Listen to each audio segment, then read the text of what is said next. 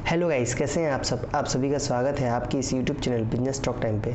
तो आज हम इस वीडियो में बात करेंगे क्यों बहुत सारे कंट्रीज एक बार में चाइना के खिलाफ खड़े हो गए या फिर इंडिया में बॉयकॉट चाइना किस लिए किया जा रहा है और इसमें प्रॉब्लम्स क्या क्या आ सकता है और हम कैसे करके चाइनीज़ प्रोडक्ट को बॉयकॉट कर सकते हैं। तो इस वीडियो को स्टार्ट करते हैं। तो सबसे पहले हम जानते हैं क्यों हम चाइनीज़ प्रोडक्ट्स को बॉयकॉट करें या फिर चाइना के खिलाफ क्यों बहुत सारे कंट्रीज एक बार में खड़े हो रहे हैं। उसके मेन 5-6 रीजन्स हैं। सबसे पहला, लो क्वालिटी प्रोडक्ट। जैसे कि हम सभी को पता है कि चाइना के प्रोडक्ट बहुत सस्ते होते हैं और इतने लो क्वालिटी होते हैं कि या तो वो 2 दिन में भी ख़राब हो जाएं या तो 6 महीने भी चल जाएं, उनकी कोई गारंटी नहीं होती है। और दूसरा है टेरिटोरियल कॉन्फ्लिक्ट्स। जैसे कि आप लोगों को पता होगा चाइना और इंडिया का भी फिर बॉर्डर में लड़ाई हो रहा था। ऐसा नहीं है कि पहली बार है, इसके पहले भी चाइना ने बहुत बार इंडिया बॉर्डर के अंदर घुसने की कोशिश की है, या तो फिर पाकिस्तान कुछ करता है इंडिया में तो चाइना पाकिस्तान को बहुत सपोर्ट करता है। और तीसरा है यूलिन डॉग मीट फेस्टिवल। ये एक फेस्टिवल है जो कि चाइना में मनाया जाता है जिस दिन कुत्ते के मांस को खाया जाता है। और फोर्थ और लास्ट है miss management of covid pandemic. जैसे कि हम सभी को पता है कोविड-19 चाइना से शुरू हुआ और वहाँ पे कंट्रोल नहीं किया गया, वहाँ पे उस बात को दबाया जा रहा था जिसके कारण आज हर कंट्री में फैलता जा रहा है और एक ये बहुत बड़ा इशू बन गया है। अब हम बात करते हैं इंडियंस जो बॉयकॉट चाइनीज़ प्रोडक्ट्स बोल रहे हैं, क्या वो कर सकते हैं या फिर उसमें क्या क्या प्रॉब्लम्स आ सकता है। और कि बॉयकॉट चाइनीज़ प्रोडक्ट्स पहली बार हो रहा है, इसके पहले भी बहुत बार हो गया। 2016 में जब इंडिया और पाकिस्तान का लड़ाई चल रहा था तो इंडिया ने उरी अटैक किया था, जिसके बाद चाइना ने पाकिस्तान का खुलेआम बहुत सपोर्ट किया था, जिसके बाद इंडिया में फिर चाइनीज़ प्रोडक्ट्स को बैन करने या बॉयकॉट किया जा रहा था, जिससे कि 40% की डिप आई थी इमीडिएटली उरी अटैक के बाद। अब हम एक एक करके सारी प्रॉब्लम्स को जानने की कोशिश करेंगे। जो अगर इंडिया चाइनीज़ प्रोडक्ट को यूज़ ना करे तो इंडिया में क्या क्या प्रॉब्लम हो सकती है। इंडस्ट्रीज़, चाहे वो मोबाइल इंडस्ट्रीज़ हो या इन्वेस्टमेंट में हो या फिर बहुत सारी लूपहोल्स भी हैं जो इंडिया को पता नहीं चलता।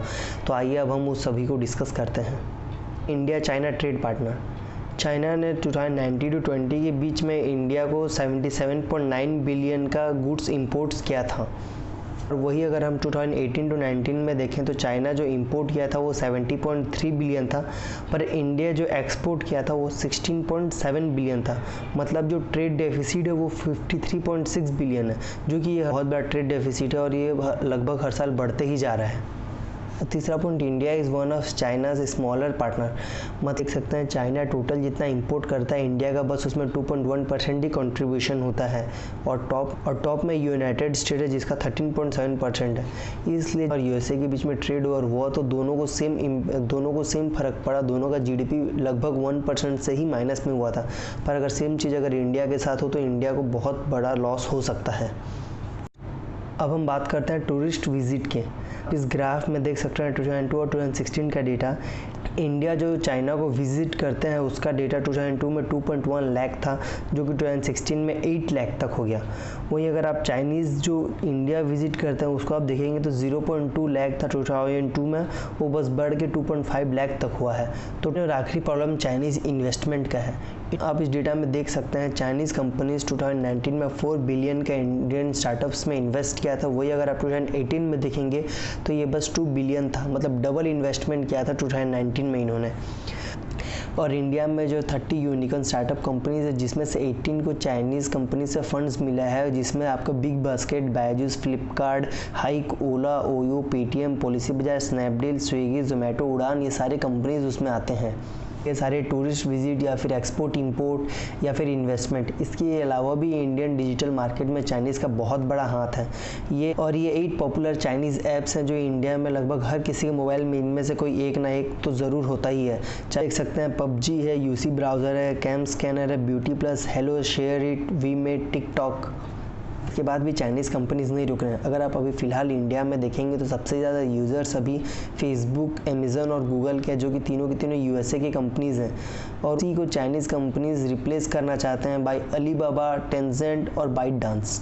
तो हो गई सारी प्रॉब्लम्स। अब हम इसे सॉल्व कैसे कर सकते हैं या फिर इससे क्या अपॉर्चुनिटीज़ है या फिर बिजनेस में क्या क्या नए अपॉर्चुनिटीज़ आते हैं, आइए अब हम इसे डिस्कस करते हैं। पहला और इजी सॉल्यूशन ये है कि गवर्नमेंट की ड्यूटीज़ बढ़ा देना चाहिए चाइना से, जिससे कि चाइनीज़ प्रोडक्ट्स के दाम बढ़ जाएंगे और मार्केट में हाई रेट में बिकेंगे तो उसकी सेल ऑटोमेटिक ही कम हो जाएगी। जैसे कि जो कि सेम चीज़ अभी यूएसए और चाइना के ट्रेड वॉर के बीच में हमने देखा था कि अमेरिकन प्रोडक्ट्स से अपनी ड्यूटीज़ बढ़ा दी तो चाइना ने अमेरिका के प्रोडक्ट्स पर ड्यूटीज़ बढ़ा दी। रीज़न ये है कि हम वो सारे गुड्स के सब्स्टिट्यूट फाइंड करें जो कि चाइना से इंपोर्ट होते थे। मतलब आप समझते हैं कि चाइना से अगर इंडिया 77 बिलियन का इंपोर्ट करता है, जो कि चाइना टोटल जितना एक्सपोर्ट करता है उसका 2-3% है। मतलब आप समझ सकते हैं कि अगर बस इंडिया ही चाइना के प्रोडक्ट्स ना ले तो चाइना को इतना फ़र्क नहीं पड़ेगा, क्योंकि उसके बाकी 97% 98% वाले जो एक्सपोर्ट कंट्रीज़ हैं वहाँ पर अपना माल बेचेगा।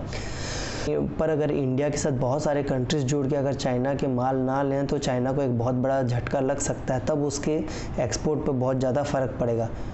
चाइना और अमेरिका के बीच में जो ट्रेड वॉर है तो दोनों को सेम नुकसान इसलिए हुआ क्योंकि आप देख सकते हैं हर कंट्री के टॉप 3 में से ये दोनों आते ही हैं और चाइना के प्रोडक्ट्स लगभग हर कंट्रीज़ में यूज़ होते हैं। इंडिया के साथ होता है या फिर किसी और कंट्रीज़ के साथ होता है तो उन सबको ज़्यादा नुकसान होगा, क्योंकि हम उतना एक्सपोर्ट चाइना को नहीं करते जितना चाइना हमको इंपोर्ट करता है। चाइना से टोटल माल जितना इंपोर्ट होता था वो सारे का सब्स्टिट्यूट फाइंड करना इतना इजी नहीं है, या फिर इतने जल्दी टाइम में हम वो सभी गुड्स को किसी और चीज़ से रिप्लेस नहीं कर सकते। सॉल्यूशन ये है कि मैन्युफैक्चर इन इंडिया, मतलब कंपनी चाइना की हो चल जाए पर अगर उस सेम प्रोडक्ट को इंडिया में मैन्युफैक्चर करे, जैसे अभी एमआई कर रहा है। एमआई ने अपने फैक्ट्री सेटअप कर लिया, अपने फ़ोन से इंडिया में बना रहे हैं, उसमें मेड इन इंडिया लिख रहे हैं। मतलब जॉब अपॉर्चुनिटी यहाँ पे रहेगी, टोटल रिसोर्सेज यहाँ से यूज़ होंगे, बस उसके कुछ % प्रॉफिट ही चाइनीज़ कंपनीज़ को जाएंगे। सॉफ्टवेयर को इंडिया में बैन कर दें या फिर बॉयकॉट करें, जो कि अभी गवर्नमेंट चाहे 58-59 ऐप्स को जो इंडिया में बैन कर दिया है, जिससे एक बहुत बड़ा अपॉर्चुनिटी भी क्रिएट हो रहा है। अब देखना ये है कि इंडिया से वो अपॉर्चुनिटी फुलफिल होता है या फिर बाहर से कोई कंट्री उसको फुलफिल करके इंडिया में उनके प्रोडक्ट ले आते हैं। है FDI रूल्स, मतलब चाइना के टोटल इन्वेस्टमेंट पे इंडिया गवर्नमेंट का नज़र होना चाहिए, पर इसमें भी काफ़ी सारे लूपहोल्स हैं। लूपहोल्स जैसे कि आप देख, बाबा ने पेटीएम पे इन्वेस्ट किया है पर वो Alibaba Singapore holding private limited के नाम से इन्वेस्ट किया है, जो कि एक चाइना है, तो इंडिया के डेटा में वो एक चाइनीज़ इन्वेस्टमेंट भी नहीं कहलाता। जितने अपॉर्चुनिटीज़ क्रिएट हो रहे हैं, जितना चाइनीज़ से गुड्स आते थे वो सबको बैन कर रहे हैं या फिर सारे सॉफ्टवेयर्स को बैन कर रहे हैं, तो क्या इंडिया में वो सब के सब्स्टिट्यूट बन सकते हैं? क्या इंडिया वाले उतना बना सकते हैं? टैलेंट है या नहीं?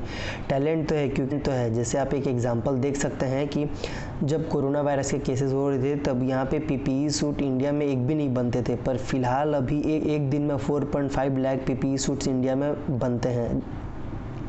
इन बॉयकॉट चाइनीज़ प्रोडक्ट्स, हम सभी लोगों को ये इस प्रोडक्ट्स को यूज़ नहीं करना चाहिए या फिर उसका यूज़ कम से कम ही करें, जहाँ है कि हम सब मिल के ही चाइनीज़ प्रोडक्ट को यूज़ ना करें। मुश्किल है, क्योंकि आप इसे एक सकते हैं कि जब कोरोना वायरस के केसेस बढ़ रहे थे तो इंडिया गवर्नमेंट ने लॉकडाउन लगाया, पर लॉकडाउन लगाने के पहले हम सब लोग चाह के अगर मिल के क्या लॉकडाउन लगा सकते थे, अपने दुकान बंद कर सकते थे? जी नहीं, कोई नहीं करता। जिसको करने का मन है कर लिए, एक बहुत बड़े पावरफुल इंसान का ज़रूरत रहता है। जैसे कि आप यहाँ देख सकते कि मोदी गवर्नमेंट ने जब सारे ऐप्स को बैन कर दिया, 59 ऐप्स को सारे को बंद कर दिया, तो अभी कोई यूज़ नहीं कर सकता। पर अगर मोदी गवर्नमेंट नहीं लगाता तो आप चाहे जितने भी कोशिश कर लें, हर किसी के फ़ोन से ये सारे ऐप्स को नहीं हटा सकते थे। हाँ, इसके डाउनलोड्स कम हो सकते थे पर ये कभी ख़त्म नहीं होते, ये किसी ना किसी के फ़ोन में होते ही। पर गवर्नमेंट ने जो एक लगा दिया तो इसे अब कोई यूज़ नहीं कर सकते हैं। पर बात ये है कि जो ट्रेड डेफिसिट है उसे कैसे हम फुलफ़िल करें। चलिए अभी तो खैर, अगर हम आगे चल के भी हमारा अगर यही सेम चीज़ रहा कि इंपोर्ट बहुत ज़्यादा होता हो और अगर एक्सपोर्ट कम, तो इंडिया के लिए एक बहुत बड़ा प्रॉब्लम क्रिएट कर सकता है। तो इसके लिए हमको इंडिया नहीं है, हमको एक्सपोर्ट उस सारे कंट्रीज़ में ज़्यादा से ज़्यादा करना पड़ेगा जहाँ के इंपोर्ट्स बहुत ज़्यादा होते हैं, ताकि ट्रेड डेफिसिट को धीरे धीरे हम बहुत कम कर सकें। और एक हम भी एक सुपर ने सारे ऐप को बैन तो कर दिया, पर कब ऐप सारे बैन हमेशा के लिए रहेंगे या फिर कुछ दिन के हैं उसके बाद इसे वो वापस से इंडिया में चालू कर दिया जाएगा, कोई भी इसे डाउनलोड कर सकता है, यूज़ कर सकता है। तो यह है कि इंडिया में बहुत ज़्यादा अपॉर्चुनिटी है। अब बस ये देखना है कि बाहर के कंट्रीज़ वाले उसे आगे फुलफ़िल करते हैं या इंडिया वाले खुद उसे फुलफ़िल करते हैं, कुछ ना कुछ उसके सब्स्टिट्यूट निकाल के या फिर अपने ही सॉफ्टवेयर डेवलप करके। अगर वीडियो आया तो वीडियो को लाइक और चैनल को सब्सक्राइब ज़रूर कर दीजिएगा। Thank you.